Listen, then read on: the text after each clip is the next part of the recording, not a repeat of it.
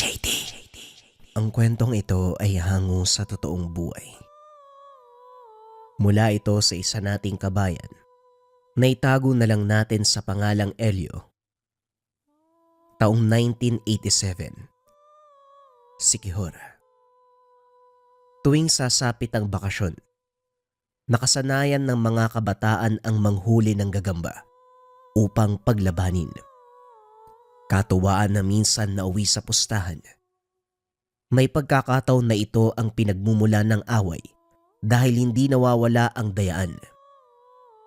Si Elio na 17 taong gulang, hindi pinapalampas ang laban ng gagamba. Kahit sentimo ang pera ay pwedeng manalo ng piso kapag sinuwerte. Wala siyang gagamba. Tinatamad lumabas sa gabi para manghuli. Isa pa, hindi siya ang tipo ng tao na susungin ng gubat para lang makahanap. Takot lang niya. Isa sa mga kaibigan ng binata ang maraming gagamba.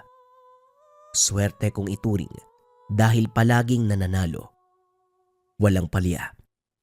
Marunong kasi itong manghuli at alagang-alaga. Kaso nang umabot sa punto na nagkasakit, tumigil sa bisyo. Si Elio lumipat sa ibang kaibigan pero palagi nang minamalas. Hindi nananalo kahit isang beses man lang. Dahil dito naisipan ng binata na maglakas ng loob na manghuli. Habang sinusuri ang mga dahon na posibleng tirahan ng gagamba, napansin ni Elio ang isang matandang babae sa unahan. Tumitingin ito sa paligid. Hindi naglaon may nahuling gagamba. Malaki. Kahit nasa malayo siya ay naakit. Dali-dali niya itong nilapitan. Hindi naman ito pinagkait. Agarang binigay. Lumakad na rin ang matanda nang hindi man lang nagpapaalam. Hindi na rin ito pinansin ni Elio dahil nakatutok na sa gagambang hawak. Sa laki nito, sa ganda ng kulay at linyang nakaukit sa balat, malawak ang ngiti ng binata dahil sa isip niya, malakas at pwedeng ipanglaban. Kinabukasan maaga pa lang hinamon na ni Elio ang mga bantugan. Walang takot na tumapat sa sabungero ng gagamba na wala pang talo. Ang lala mo ha. Ako pa talaga ang hinamon mo. Baka hindi mo alam, wala pang talo mga alaga kong gagamba. Baka maging agahan niyang alaga mo. Malaki ba yan? Tanong ni Rafael. Sabihin mo na lang kung natatakot ka. Ano, ayaw mo ba? Hahanap na lang ako sa kabilang sityo. Tugon ni Elio. Aba, hambog kang gunggong ka. Magkano ba yung pusta mo? Magsisimula ang pustahan sa 50 sentimo. Walang iyakan kapag natalo ka ha. Baka magsumbong ka pa sa tatay mo. Pwenesto kagad ang magkabilang panig. Kanya-kanya sa paglabas ng alagang gagamba. Sa hudyat, sinimula ng laban. Walang ideya si Elio sa kakayahan ng gagamba. Bigla na lang siyang nakaramdam na malaki ang tsansa kung kaya't lumakas ang loob. Hindi naman bigo dahil sa unang sagupaan pa lang, ilang beses kinagatang kalaban, hindi naglaon binalot ng sapot at dito natigilan ang lahat. Hindi inasahan na ganun-ganun lang matatalo ang pinakamalakas na alas ni Rafael. Ngiting tagumpay naman si Elio. Hindi pumayag si Rafael. Inilabas ang iba pang gagamba. Muling hinamon ng binata. Subalit sa puntong ito lahat binalot ng sapot. Ubos ang gagamba. Gayon din ang perang pusta. Mahabang katahimikan ang namayani. Nagtatakang nakatingin kay Elio. Oy Elio, paanong nagawa ng gagamba mo yon? Kung makahagupit ang bangis tinalo lahat ng alaga ni Rafael, grabe. Simon, ganyan talaga basta nakahuli ka ng gagambang demonyo. Tignan mo nakaukit na simbolo sa balat, parang demonyo hindi ba? Ibig sabihin yan malakas ito. Walang atras ang laban. Hayop ang galawan. Elio, naku, palapit ang grupo ni Rafael, umandang ka. Lumingon ang binata. Bumungad ang grupo na agarang pumaikot. Masama ang titig na Rafael. Kinuha nito ang kahon ng posporo na pinaglagyan ng gagamba. Hindi nakapalag ang binata dahil pumigil ang mga tropa nito. Mabusising sinuri ng tingin ni Rafael ang gagamba. Kulay itim na may linyang kulay pula. May simbolo sa likod na ngayon lang nakita. Tinanong ang mga kasama pero walang nakakalam. Dahil pinatay nito ang mga alaga na higit kumulang 15. Inihambalos ito sa lupa.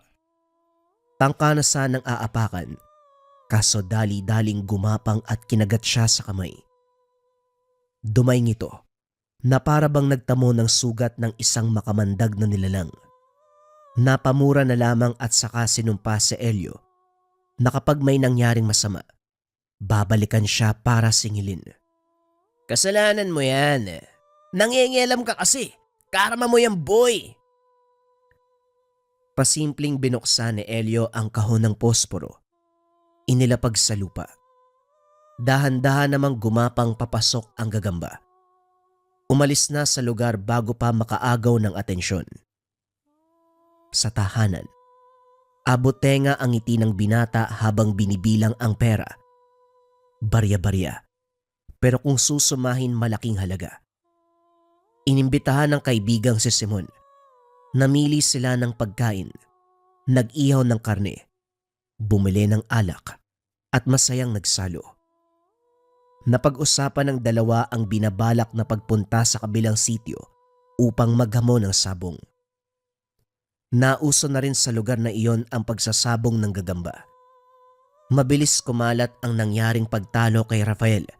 Kung kaya't kuryoso sila sa alagang gagamba ng binata. Kinabukasan walang takot na pinuntahan ng magkaibigan ang kabilang sityo. Taas noong tinapatan ang hamon ng kalaban. Kanya-kanya sa paglabas ng gagamba. Nang simulan, sa mga unang sandali pa lang tumba na ang kabila. Pinagkakagat hanggat butot balat. Hinigo pa ang dugo. Maging si Elio ginulat sa nasaksihan. Nung una, likse at abilidad na balutin ng sapot ang kalaban ang unang pinamalas. Ngayon hinigop naman ng dugo. Pagkatapos talunin ng kalaban, kusa itong gumapang pabalik sa kahon ng posporo. Malalim ang paghinga ng kalaban. Masama ang titig na halos tunawin si Elio. Gayunpaman, hindi siya nagpakita ng takot. May lakas ng loob pang hamunin muli. Hindi umatras ang kabilang panig. Naglabas ng pangmalakasang alas. Gagambang kuryente kung tawagin.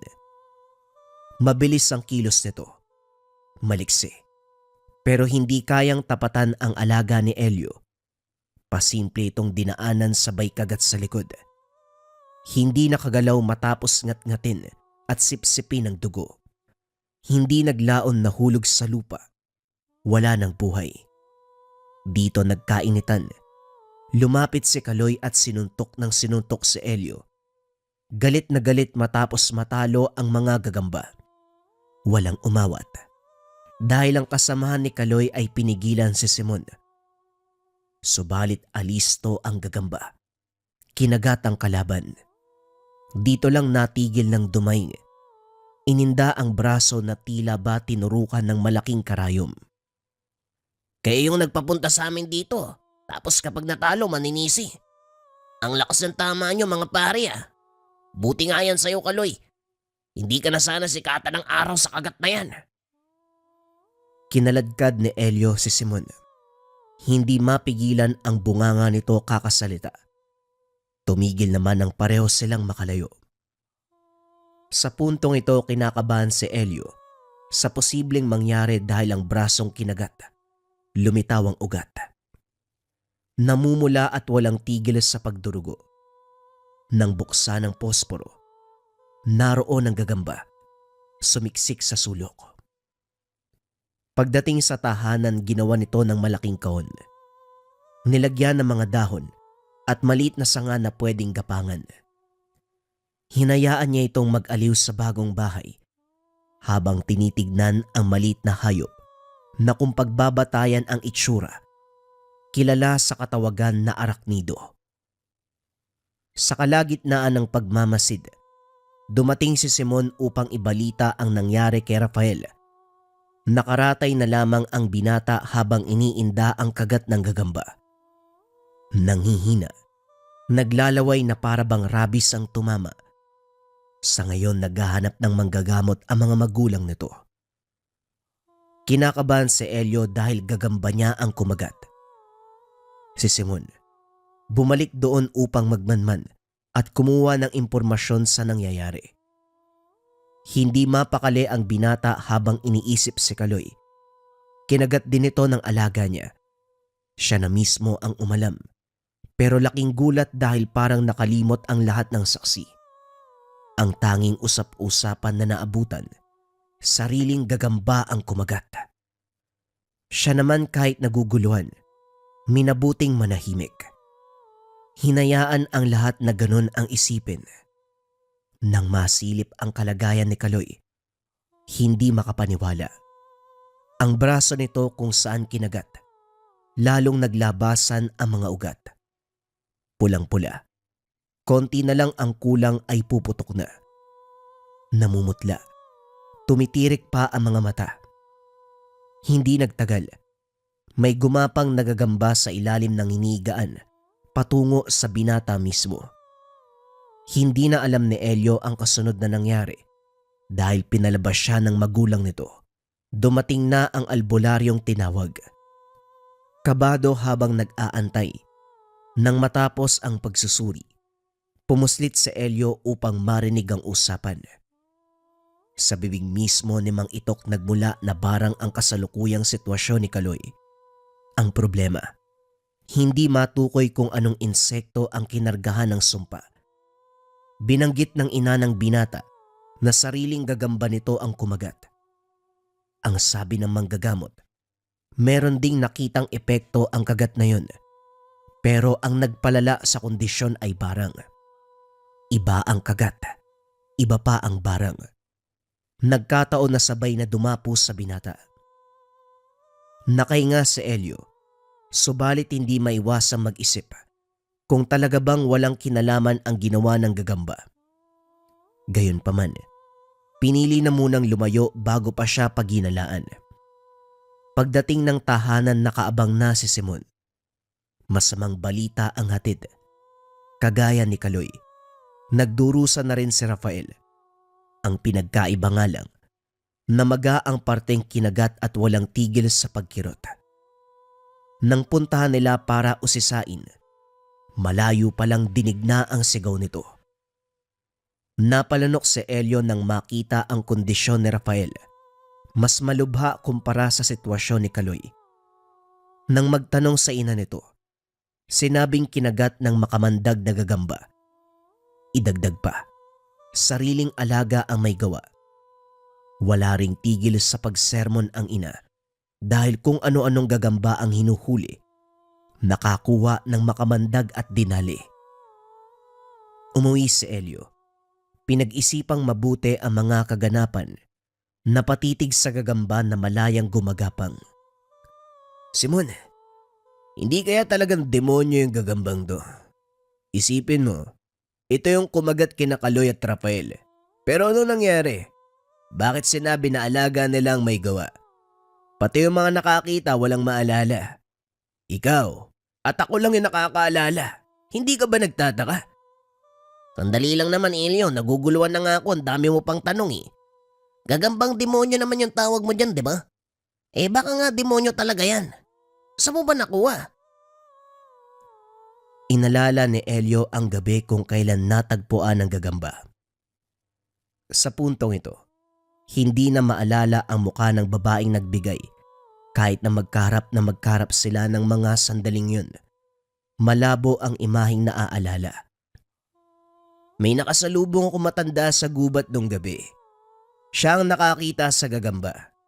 Nakita ko kaya sinubukan kong makiusap na ibigay na lang sa akin. Inabot naman eh. Hindi na ako nagtanong. Hindi ko alam yung pangalan. Hindi ko rin napansin kung saan banda niya nakuha ang gagambang yan. Naku, Baka mambabarang yung matandang yun tapos kinarga ng sumpa. Sino mang makagat yan magdurusa.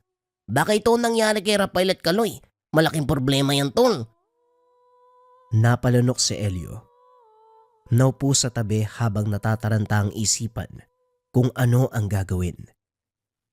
Sa ngayon malaya pa silang makakagalaw dahil nakalimot ang mga saksi.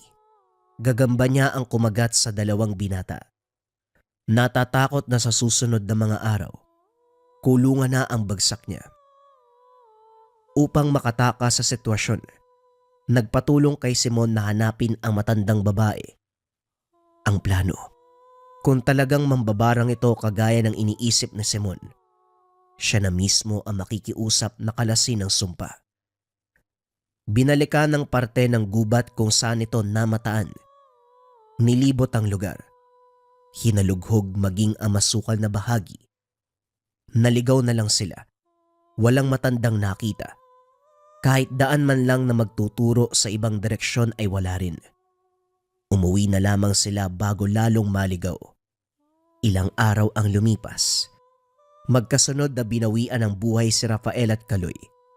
Namaga ang buong katawan. Matigas ang bahagi kung saan kinagat ng gagamba.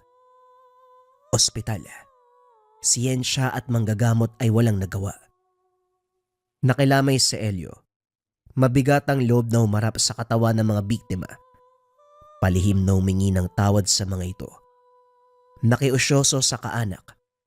Inalam kung ano ang pangyayari bago tuluyang binawian ng buhay. Ang sabi nito, bigla na lang bumula ang bibig kasabay ng pangingisay. Tumagal ng ilang segundo. Nalagutan ng hininga. Si Rafael sa ospital na maalam, samantala sa tahanan ng manggagamot naman si Kaloy. Dali-daling tumabi si Elio nang makita si Mang Itok, ang manggagamot na tumingin sa biktima. Bagsak ang mga balikat habang tinitignan ang kabaong. Nakipag-usap sa ina ni Kaloy. Nagtatanong kung itutuloy ba nito ang nasimulang paghahanap sa mambabarang. Lumapit ang binata upang mas marinig ang usapan. Matatagalan pero siguradong mauhuli natin ang salarin. Malakas ang sumpa na kahit ang pamamaraan ko ay walang nagawa. Huwag kang mag-alala, balang araw malalaman din natin yan. Sa ngayon kailangan ko ang abiso mo para mapatuloy ang investigasyon. Walang pagdadalawang isip na pumayag ang ina ng yumao. Dahil tapos na ang usapan ng mga ito, umuwi na rin si Elio. Binulabog ang natutulog na kaibigan. Dinaanan bago tumuloy sa bahay. Natatakot na ako, Simon. Paano ko malaman ni Mang Itok? Gagamba ko ang kumagat sa mga yon. Paano kung ako'y matukoy na salarin? Anong gagawin ko? Aba malay ko. Kung wala kang alam, lalo na ako, nasan ba ang gagamba? Mabuti siguro i-dispatcha mo na bago ka makuha ng ebidensya. Sa mungkahi ng kaibigan, tinapon ni Elio ang gagamba. Ang posporong pinaglagyan ay binalot ng maigi upang hindi na ito makatakas. Sinilaban ng apoy kaya sigurado ang binata na wala na ito. Kampanteng pagkatapos madispatcha. Pinalipas muna ang araw bago muling bumalik sa dating gawi. Sa pagkakataong ito, gumaling sa sakit ang kaibigan na palaging nananalo sa sabog ng gagamba. Inaya siyang pumusta, bagay na hindi pinalampas. Sa kabilang sityo nagtungo kung saan nauso pa rin ang bisyong ito. Sinimulan kagad ang labanan. Muling nagasik ang gagamba ng kaibigan si Rios. Katulad ng una, habang tumatagal, napansin ni Elio ang simbolo sa tiyan ng araknido. Wala itong pinagkaiba sa gagambang pagmamay-ari dati. Nang sulyapan si Rios, makikita sa mga mata na parang may alam sa simbolo. Nakangisi habang nag-aantay kung kailan matatalo ang kalaban. Nang talunin ang lahat ng naroon, nagkagulo, nagkainitan. Dali-daling lumayo si Elio. Nagkubli sa tabi habang pinapanood ang rambulan. Sinundan ng mga mata ang galaw ng araknido hanggang isa-isang pinagkakagat ang kaaway. Sumunod din kagad kay Rios nang tawagin niya. Para bang nagkakaintindihan ang dalawa. Hindi nagpauli ang binata. Pinunta nito sa bahay at hindi makapaniwala sa naabutan. Kinausap ni Rios ang matandang babae na siyang nagbigay ng gagamba sa kanya noong gabi. Hindi nakapagpigil. Pumasok at hinarap. Oh, nandito ka na pala eh. Bala ko sana puntahan ka sa inyo para formal na ipakilala si Manang Celeste. Siya ang nagbigay ng araknido sa'yo. Naalala mo ba? Tinitigang mabuti ni Elio ang matanda. Pasimpleng bumati ang matanda. Kumusta, binata? Natuwa ako nung tinanggap mo ang araknido. Pero nang tumagal, dinispatcha mo. Anong rason? Nagtatanong ka pa. Hindi ba dapat alam mo yon, Manang? Mambabarang ka. Yung gagamba mo may sumpa yun. Yung mga kinagat na mamatay. Masama ka eh. Demonyo ka. Maghinay-hinay ka sa pagsasalita mo, iho. Kung masama ako, ganun ka rin. Dahil araknido mo ang pumatay sa mga yon. Labas ako sa nangyari. Kasalanan mo ang lahat. Natahimik si Elio. Sa kabilang banda, may kasalanan din siya dahil sa kanya ang gagamba. Kahit sabihin pang bigay lamang ng matanda, lalong nabaling ang sisi sa sarili nang sulsulan ni Manang Celeste. Binilog ang ulo upang isiping siya ang may kasalanan. Wala nang iba. Ito ang kahinaan ng binata. Sinamantala ng matanda, inihipan ng orasyon upang mamanipula. Sa pagkakataong ito, si Elio ang instrumento upang maggasik ng kasamaan. Hindi maintindihan ng binata ang takbo ng pag-iisip. Hindi na siya kumilala ng awa. Lahat ng kukontra sa kanya, pinapakagat sa gagamba na nagbalik buhay. Kagaya ni Rafael at Kaloy ang sinapit. Magdurusa ng hindi matukoy na karamdaman. Walang kinakatakutan ng binata. Kahit malayong lugar ay pupuntahan, alinsunod sa kagustuhan ni Manang Celeste. Kasama rito si Rios na katulad niya, nasa ilalim ng kapangyarihan ng matanda. Sa kabilang banda, napansin ni Simon ang nangyayari. Hindi na kilala ang kaibigang si Elio. Mainitin ang ulo. Ilang beses siyang sinakal nito. Kamuntikang matuluyan ng minsang kontrahin. Subalit kahit papano may katiting na awa. Tol, anong may ka ba yung kumukontrol sa isipan mo? Huwag ka naman ganyan. May pagkakataon na umiiral yung ugali mo pero hindi ganito na sumusobra ka. Huwag ka magpadala sa demonyong sumapi sa'yo. Mabuting tao ka eh. Uy! Naintindihan ni Elio ang sinasabi ni Simon. Subalit malakas ang hatak ng kasamaan sa kanya. Masama itong tinitigan hanggang sa sinakal. Dumating si Rios. Sa halip na umawat ay tumingin lamang ito. Hinikayat pang tapusin ang buhay ng kaibigan. Pero sa kabutiang palad, kusang namanhid ang mga kamay dahilan para mapigilan ang sarili. Gayunpaman hindi nagbago ang katauhan ng binata. Kasama si Rios, pinunta ng kabilang bayan kung saan maraming nagsasabong ng gagamba. Hindi naman sila inuurungan ng mga kabataan. Sinisimulan kagad ang laban. Habang nakikipaglaban ang araknido ni Rios, ang araknido naman ni Elio, dahan-dahang gumagapang sa kahit na sinong nakikisiksik. Nagiiwan ng kagat sa bawat isa. Hindi umiepekto kagad, kaya binabaliwala lamang. Nang lumipas ang oras, sinadyang itigil ni Rios ang laban. Nagkunwaring sumuko dahil tapos na ang pakay sa lugar. Ngiting tagumpay ang dalawa. Sa kabilang banda, hindi maintindihan ni Simon ang kilos ng kaibigang si Elio. Hindi makausap ng maayos dahil nauuna ang pananakit. Kusa na rin itong umiwas sa kanya. Gayunpaman hindi siya tumigil.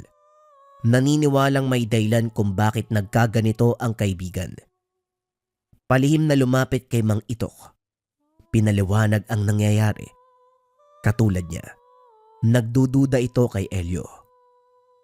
Nakita ko ang binatang yon nung kasagsaga ng pagdurusa ni Kaloy. Napansin ko sa mga mata niya, para bang sinasabi na meron siyang alam. Ang kaso malabo, kaya hindi muna ako nag-usisa. Ganon din ang burol eh. May kakaiba sa galaw niya. Sinuri ko ang sumpa sa biktima, pero wala namang bakas na konektado sa kaibigan mo. Ikaw ba? Manong, si Elio po kasi may gagamba. Ang sabi niya, matandang babae daw po yung nagbigay. Ito ho yung kumagat kay Rafael at Kaloy. Kung hindi ako nagkakamali, dumayo sila sa karatig lugar para maggasik ng kasamaan. Kasama niya po si Rios. Sandali, serious. Gumaling na pala sa walang lunas sa karamdaman ng batang yon. Akong sumuri. May kondisyon siya na mahirap gamutin. Tanggap na ng mga magulang na ganun talaga ang mangyayari. Kaya hindi na ako nangulit sa panggagamot eh. Balik normal na pala siya ngayon ha. Teka, hindi kaya may kinalaman sa kaganapan ng biglang paggaling? Halika, samahan mo ko kung nasaan sila ngayon. Sumunod si Simon. Itinuro ang daanan patungo sa kanilalagyan ni Elio at Rios. Naabutan nila ang dalawa na nag-uusap. Sa kalagitnaan ay may dumating na matandang babae. Pinakinggang mabuti. Dito na pag-alaman na kontrolado ng matanda ang dalawang binata. Tumatango sa bawat salita at utos. Mabilis na natapos ang usapan. Umalis din kagad ang matanda. Iba ang daang tinahak ng dalawa. Si Elio ang sinundan nila. Si Mang Itok. Nagpakawala ng orasyon. Dahilan para mahulog sa malalim na pagtulog si Elio. Sa tahanan ng albularyo dinala upang hindi masundan ng mga kasabwat. Ginapos ni Mang Itok ang binata upang hindi makatakas. Sinuri ang katawan. Nang matukoy ang sumpa sa loob, dali-daling kinarga ng orasyon upang mawala ang bisa. Nang magmulat ang binata, ito na mismo ang nagsalaysay ng kaganapan. Napasailalim ng mahika ni Manang Celeste. Duda na ito ang tunay na pangalan. Binulungan sila ng salita para mamanipula.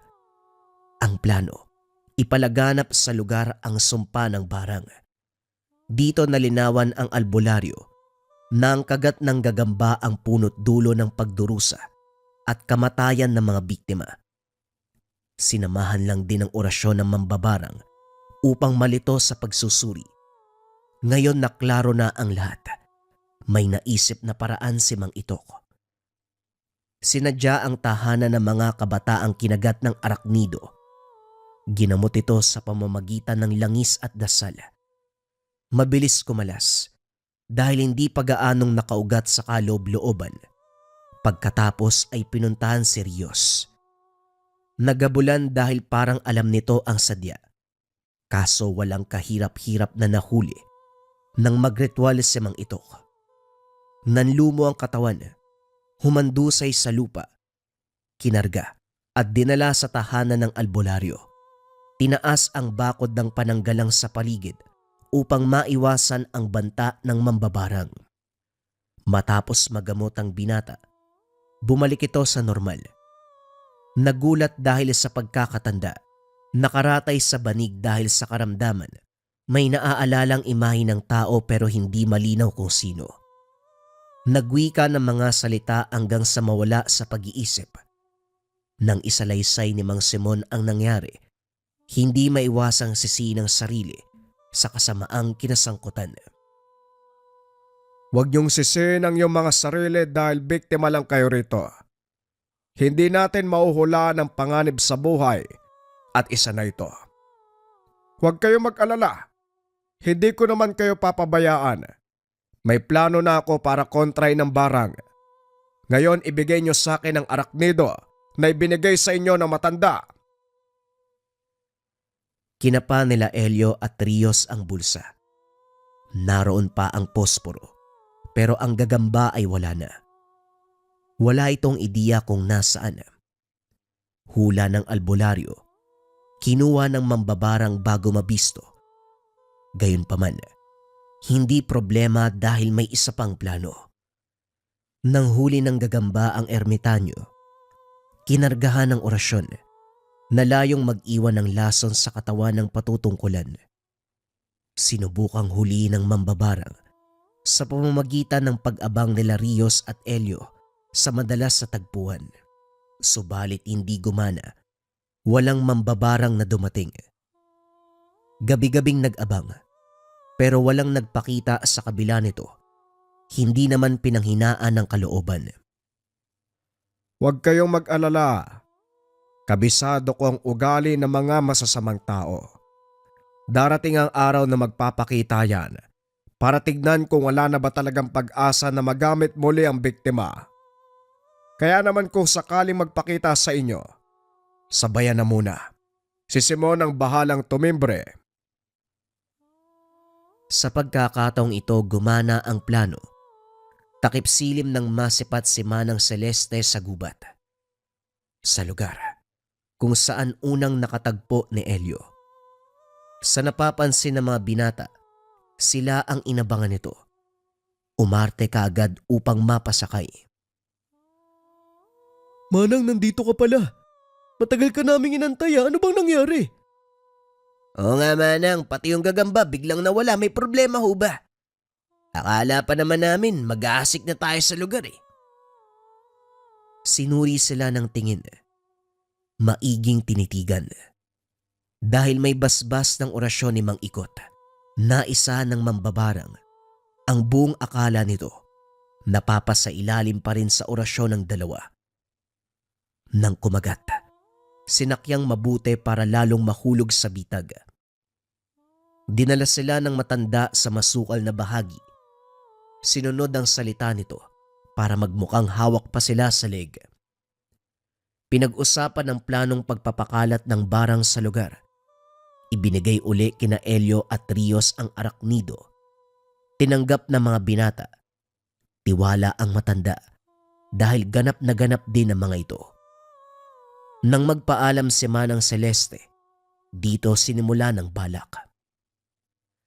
Isinilid sa garapon ang araknido na merong orasyon. Hindi naglaon, nanghina, nagwala, at unti-unting naglabas ng sariling dugo. Kakaiba ang likidong inilabas. Kulay berde, na ayon kay Mang Ikot, pinaghalong kamandag at sumpa ng barang.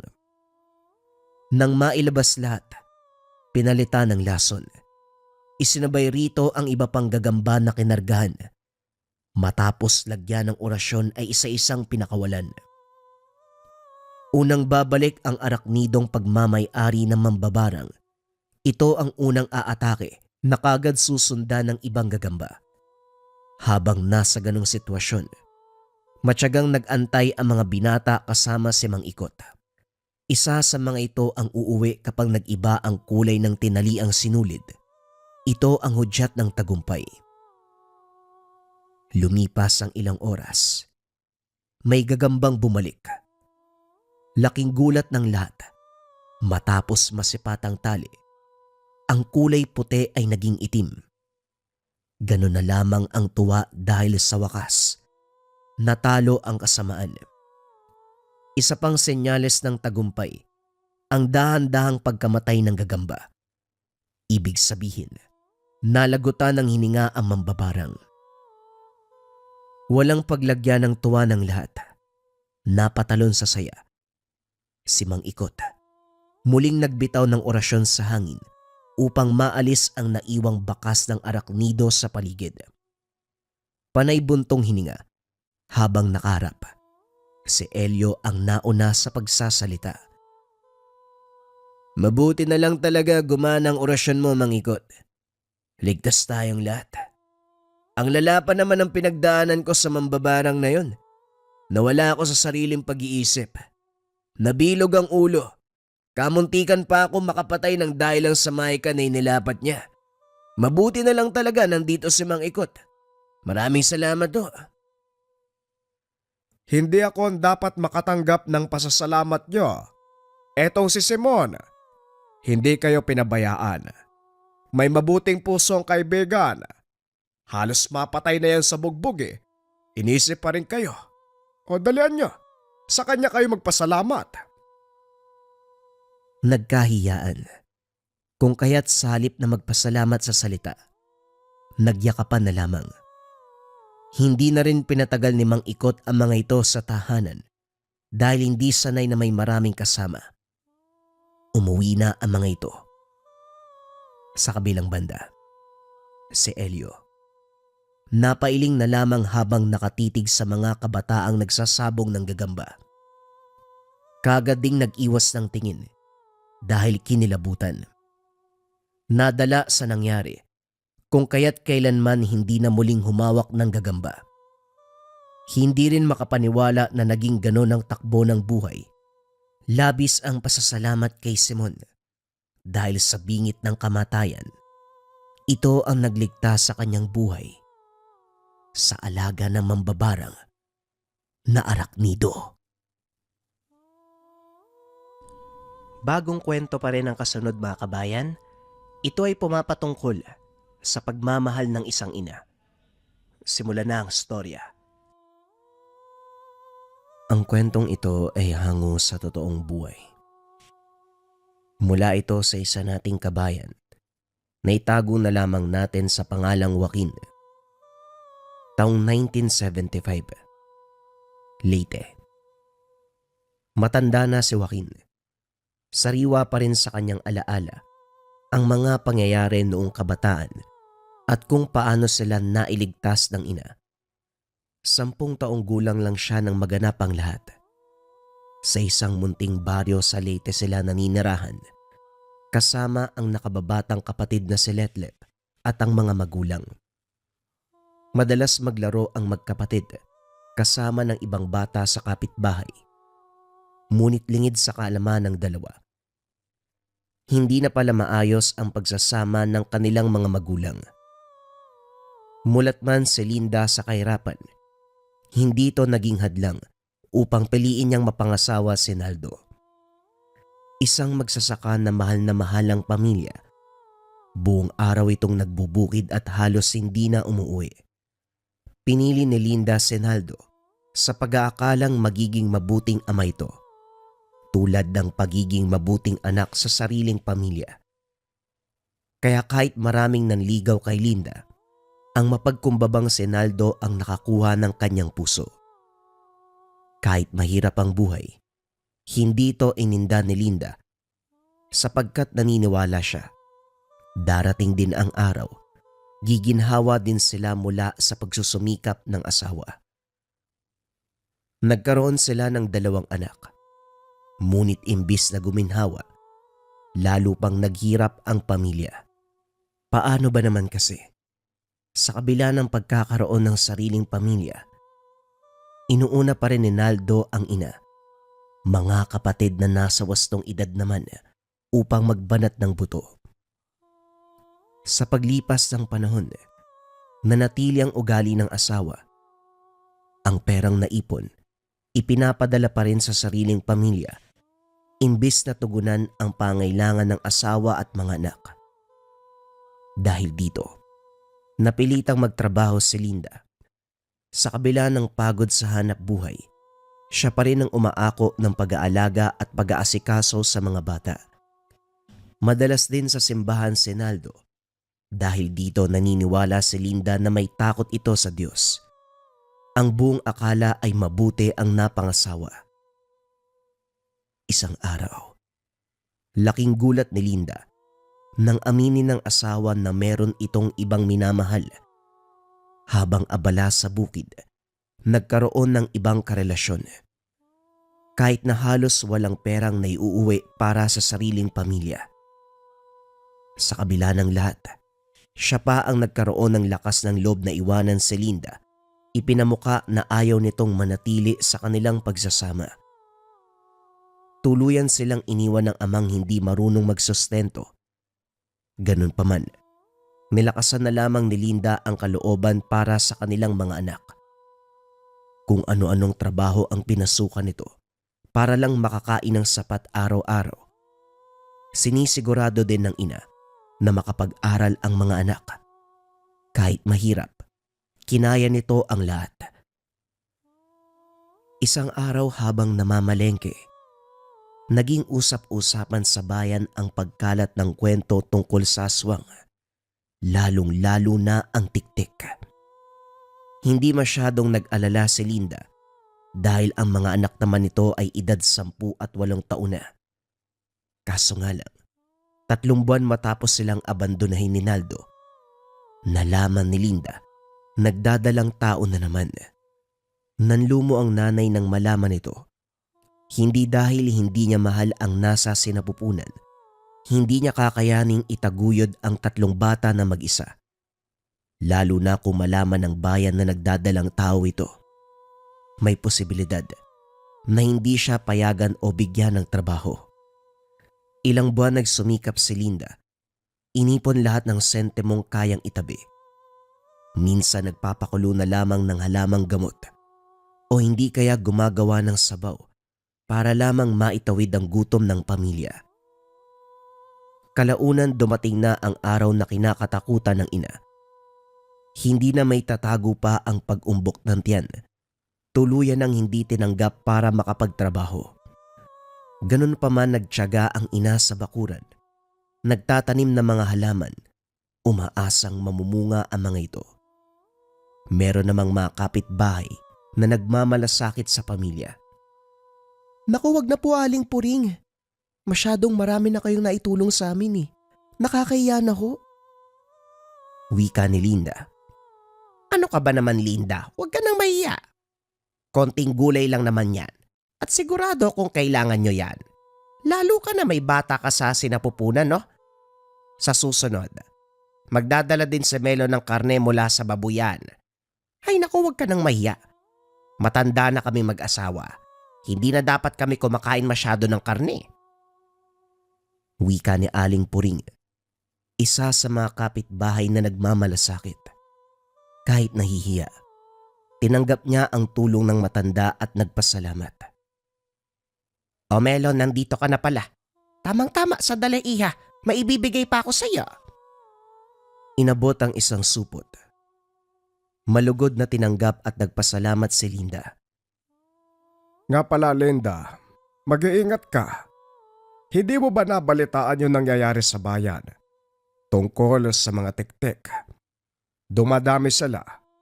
Huwag mong kalimutang balutin ng pulang tela ang iyong sinapupunan para kahit papano matago sa aswang ang dala mo. Wika ni Manong Melo. Oh, maraming salamat po. Gagawin ko po ang payo nyo. Ilang buwan ang lumipas. Naubos na ang perang tinabi niya. Dumating na rin ang kabuuan nito. Mas naging maselan ang pagbubuntis ni Linda. Mataas na uri ng stress ang naramdaman dahil walang makain ng pamilya. Kahit 10 taong gulang pa lamang ginawa ni Joaquin ang makakaya. Sa umaga kumukuha ito ng kahoy upang ipangsiga sa gabi. At sa tulong ni Letlet, nag-iipon sila ng mga halamang pwedeng pakuluan, katulad ng malunggay.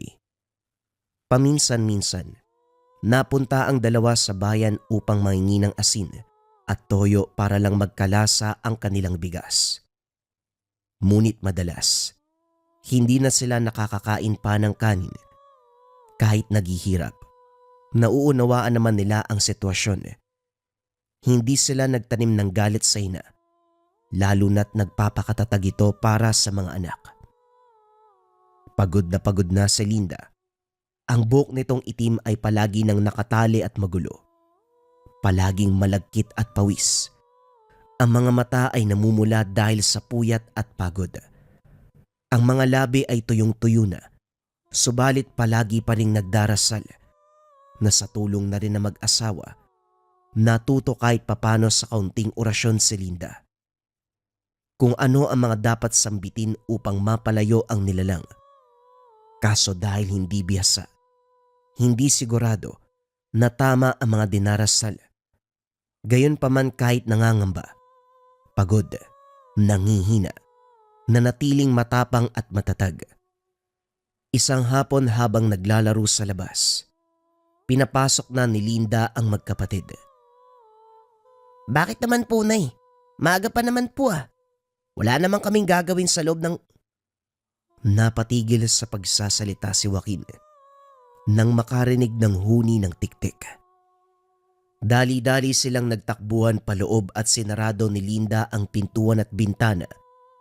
Hinarangan na rin ang mga ito ng kahoy upang hindi mabuksan. Huwag kayong matakot mga anak. Puprotektahan ko kayo.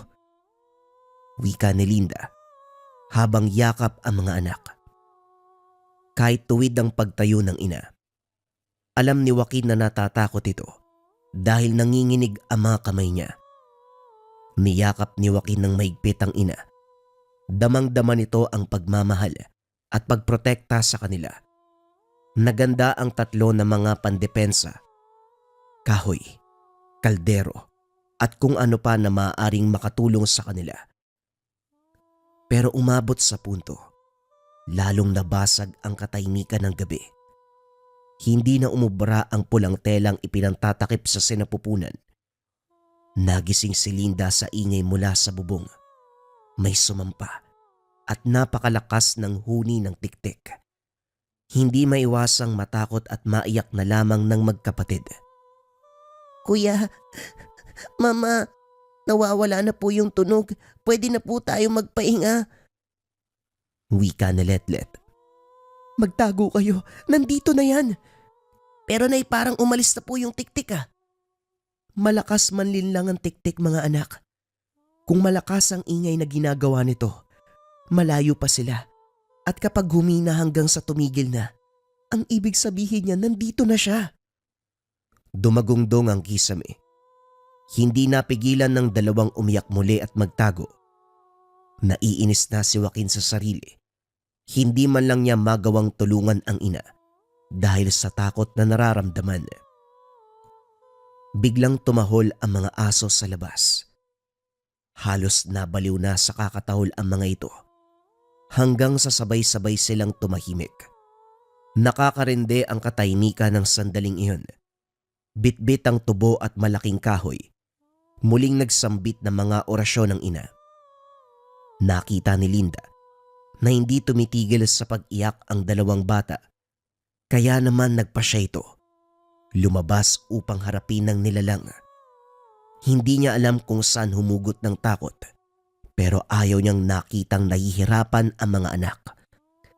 Lumabas siya ng tahanan. Mula sa bubong bumaba ang nilalang. Itsurang tao ang nasa harapan, pero hindi normal. Labis ang pagkapayat. Butot balat na lamang. Ang balat nito ay kulay abo. Nangingitim na merong bakas ng mga sugat na tila hindi na gumagaling. Parang naaagnas at kakaiba ang haba ng braso, daliri at mga kuko nito. Malaki ang mga mata. Itim na itim at ang dila ay labis ang haba na nagmimistulang latigo. Hindi lamang laway ang likidong bumabalot sa dila, parang dugo na nahahaluan ng itim na langis. At ang pinaka nakakakilabot, ang dila nito ay may sariling buhay. Kung gumalaw ay parang ahas na pinupunterya ang kanyang tiyan. Bitbit ang mga asin. Isinaboy ni Linda sa bawat pintuan at bintana ng tahanan. Kahit nanginginig ang katawan, tumindig ito at nagpakatatag. Hindi ko hahayaan na makuha mo ang anak ko. Wika ni Linda. Itinaas ang pamalong bitbit. Sinabuyan ng asin ang tiktik na siyang ikinagalit nito. Pagsugod ng nilalang, nahampas ni Linda ang dila. Napaungol ang tiktik. Kaagad na agaw ang kahoy. Bukod dito ay may dala siyang itak. Kaagad kinuha at nang muling umatake ang nilalang, hinampas ang itak. Tuluyang naputol ang kalahati ng dila. Umalingaw-ngaw ang sigaw nito na siyang nakakuha ng atensyon nila Aling Puring at Manong Melo. May halin tulad ang ingay nito sa daang baboy na sabay-sabay kinakatay.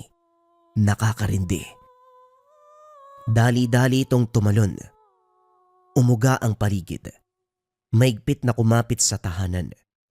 Gumapang ito sa dingding at napakabilis ng kilos. Kagad pumasok si Linda upang patahimikin ang dalawang anak. Muling nagsaboy ng mga asin, ngunit nakakaiwas ito. Kung saan-saan lumalabas ang dila, sa iba't ibang parte ng pader, dingding, pati na rin sa kisame. Kahit papano nakita ni Joaquin ang bagyang itsura ng nilalang. Nakanganga. Ang mga pangil ay sobrang haba, habang tumutulo ang malapot na laway. Patuloy pa rin sa paggapang sa dingding, habang ang dila naman ay abala sa pag-atake sa ina. Muling hinampas ni Linda ang itak, at nang tumama, kinuha ang uling na nakasindi. Pinaso ang nilalang. Kagad umatras ang dila nito at muling napaangil. Ngunit nakarinig ng iba pang ingay sa loob ang tatlo. Binuksan ng kaunti ang bintana upang makita ang labas. Naroon si Mang Melo at Aling Puring. Patuloy na sinasabuyan ng asin ang nilalang, habang si Mang Melo naman nagsasambit ng orasyon. Umatras ang nilalang at binuhusan ng matanda ang tiktik ng isang uri ng langis na kung tawagin ay lana. Kahit walang apoy, umusok ang buong katawan nito. Unti-unting nalalapnos hanggang sa naging abo. Sumikat na ang araw. Lumabas ang dalawang bata upang pasalamatan ang matanda. Kaso nga lang hindi pa natatapos ang laban ni Linda. Dali-daling pumasok si Aling Puring upang tulungan ang ina. Sa gitna ng usok, asin at amoy ng nasunog na nilalang, nagsimulang manganak ang ina. Nahihirapan siyang manganak. Pawis, duguan ng sahig. Patuloy sa pag-iri.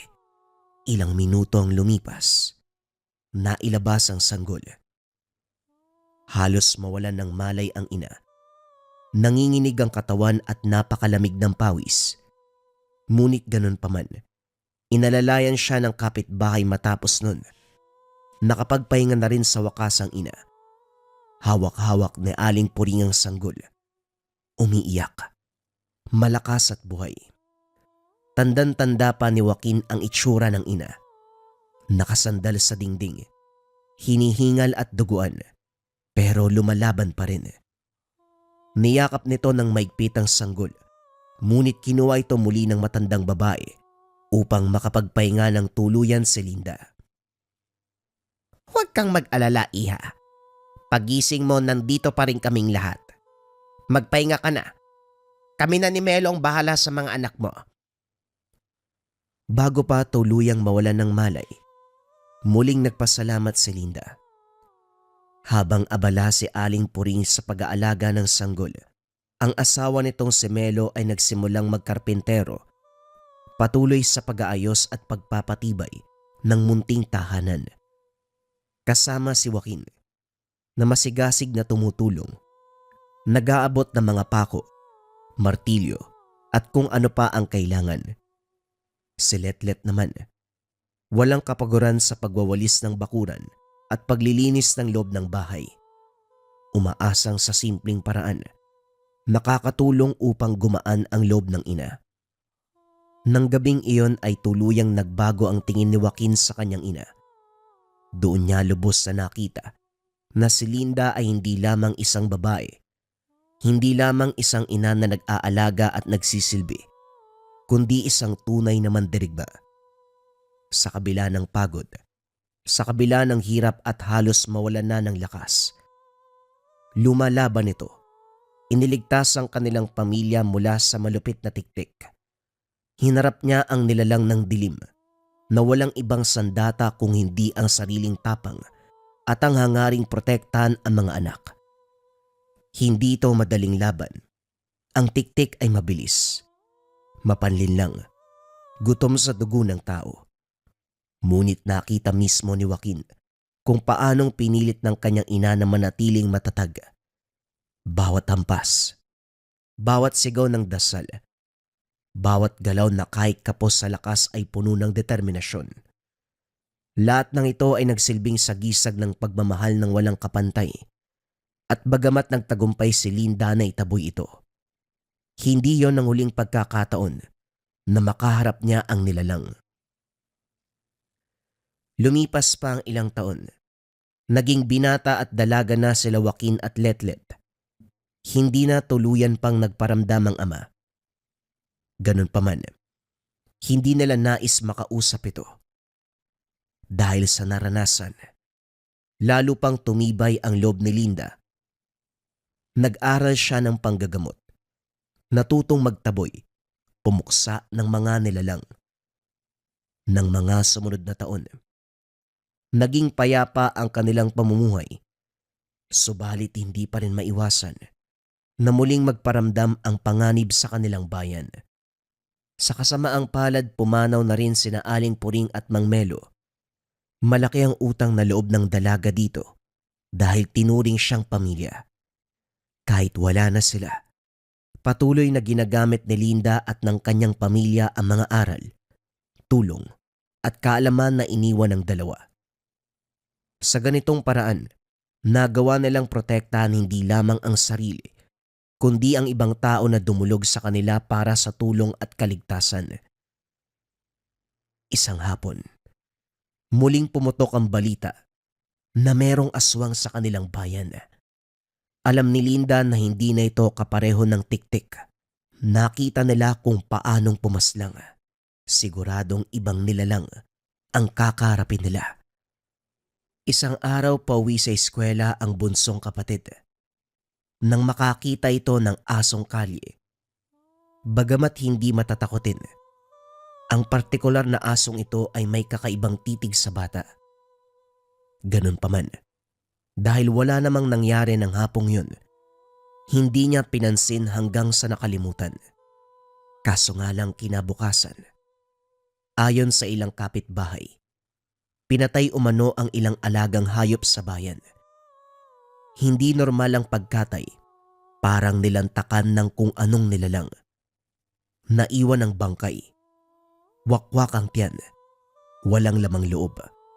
Dahil maaga namang umuuwi galing eskwela ang bunso, hindi naisip ng pamilya na kahit umaga, walang pinipiling oras ang peligro.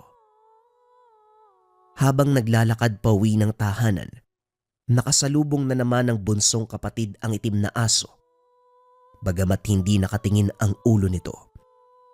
Hindi maiwasan ni Anton na tila nakatitig din ito sa kanya. Hindi maipaliwanag ng bata ang takot na nararamdaman, kaya naman dali-dali siyang umuwi. Sa hindi malamang dahilan napalingon ng bata, muntika na siyang madapa nang makitang sinusundan siya ng asong kalye. Napaiyak na lamang sa takot si Anton. Oh, bakit ingal na ingal ka? Sino bang tinatakbuhan mo? Tanong ni Joaquin. Hindi kagad nakapagsalita ang bata. Hinahabol ang hininga at pinipigilan ng luha. Kagad namang tinignan ni Letlet ang bakuran upang makita kung naroon ba ang humahabol sa kapatid. Alam ko na, Anton. Huwag kang matakot, aso lang yan. Baka gustong makipaglaro sa'yo. Ganun po ba, ate? Pero parang may kakaiba po kasi sa kanya eh. Hindi ko alam kung ano, pero nakakatakot ho. Pero mas mabuti na rin mag-ingat ka. Lalo na't asong kalye yan. Sige na, tumaan ka na. Bukas susunduin kita. Pero ate, normal lang ba na parang ngumingiti yung aso? Dahil sa sinabi ng kapatid, biglang lumamig ang paligid. Nanindig ang kanilang balahibo. Kagad sinilip muli ni Joaquin ang aso sa bakuran. Nakatayo na ito na parang aso. Nang titigan mabuti, pulang-pula ang mga mata. Nakalawit ang naglalaway na dila. Kakilakilabot ng ngiti ang nasa mukha nito. Isarado niyo yung pintuan at bintana. Kumuha kayo ng asin. Bawang sa kayong dahon ng bayabas. Kagad sinunod ng dalaga ang sinabi ng kuya habang kinuha naman ni Joaquin ang itak. Subukan mong lumapit dito. Sisiguraduhin ko na hindi ka na makakauwi ng buhay. Wika ni Joaquin. Nakatitig lang ang aso. Unti-unting humaba ang dilang nakalawit. Gumagapang. Nag-iba ang itsura. Naging kasing itim ng uling ang balat. Lumaki ang pangangatawan. Naging pulang-pula ang mga mata. Nag-itsura itong tao at dito na nagsalita. Ibigay niyo sa akin ang bata. Kung hindi, lahat kayo papatayin ko. Lumayo ka sa kapatid namin. Magkakapatayan tayo dito. Wika ni Joaquin. Nagsaboy ng asin sa letlet. Bukod sa bahagyang pagnyuwi, hindi na ito tinablan. Inilabas ang napakahabang pangil. Sinubukang kagatin ng bata. Kagad humarang si Joaquin. Iniharang sa bibig ang itak. Binato ni Letlet ang bawang. Bahagyang nasaktan ang nilalang. Umatake si Joaquin. Nakipaglaban ang aswang. Nagbuno ang dalawa. Patuloy pa rin sa pagtulong si Letlet. Kaso nga lang, wala silang magawa sa lakas ng nilalang. Mas lalo pa itong bumilis. Mas lalong dumami ang sugat na natamo ng binata. Dito ka lang, Anton, ha? Kahit anong mangyari, huwag kang lalabas. Muling sumugod upang tulungan ang kapatid.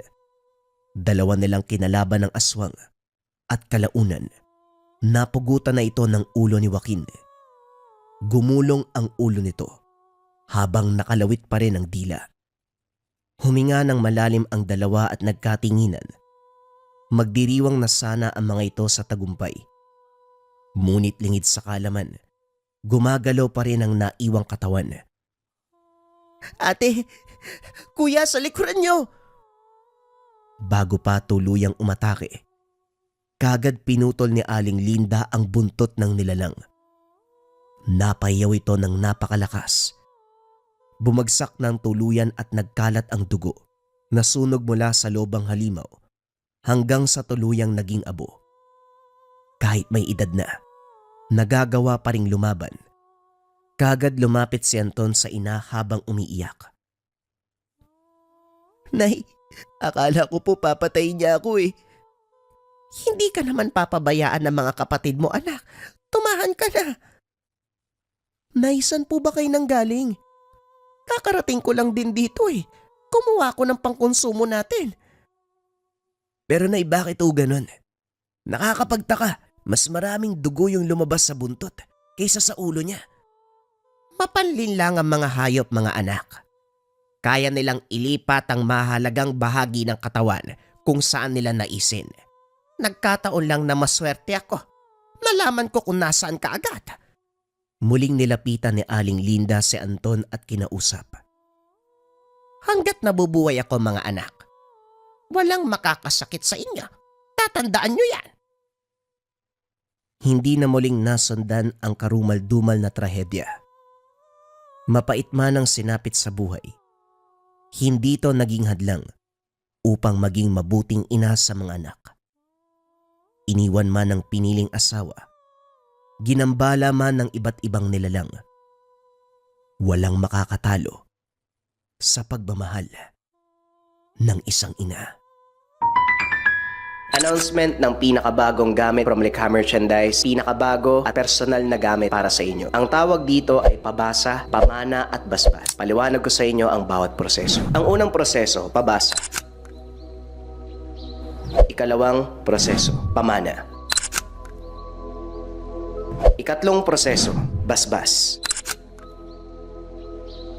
Yan ang tatlong proseso ng pabasa, pamana at basbas. Ang dadating sa inyo, isang papel, isang necklace na naaayon sa iyong pangangailangan at isang bote ng langis na yung pangalan mo nasa loob na kasama ang iba't ibang uri ng sangkap. Paano ang proseso ng order? Available lang to sa website ng Likha Merchandise. I-search lang ang www.likhamerchandise.com. Available lang ang pabasa, pamana at basbas every first hanggang 5th day of the month. Example, unang magbubukas to ngayong September 1 hanggang September 5 lang. After nun, hindi na kayo pwedeng umorder kasi kinakailangan ng isang buwan na proseso para magawa ang pabasat, pamanat, basbas. Kung sakaling mag-order kayo ngayong September 1 to 5, marireceive nyo pa ang order sa October 5 or October 10. Mahabang proseso ang pabasat, pamanat, basbas. Ito'y ipapadala pa sa Negros. Ang lahat ng pangalan nyo at edad, ito'y specific na para sa inyo lamang. Kung interesado kayo mga kabayan, i-visit nyo na kaagad ang www.lekamerchandise.com. Magbubukas ang pabasat, pamanat, basbas sa September 1 hanggang September 5. Limited slots only.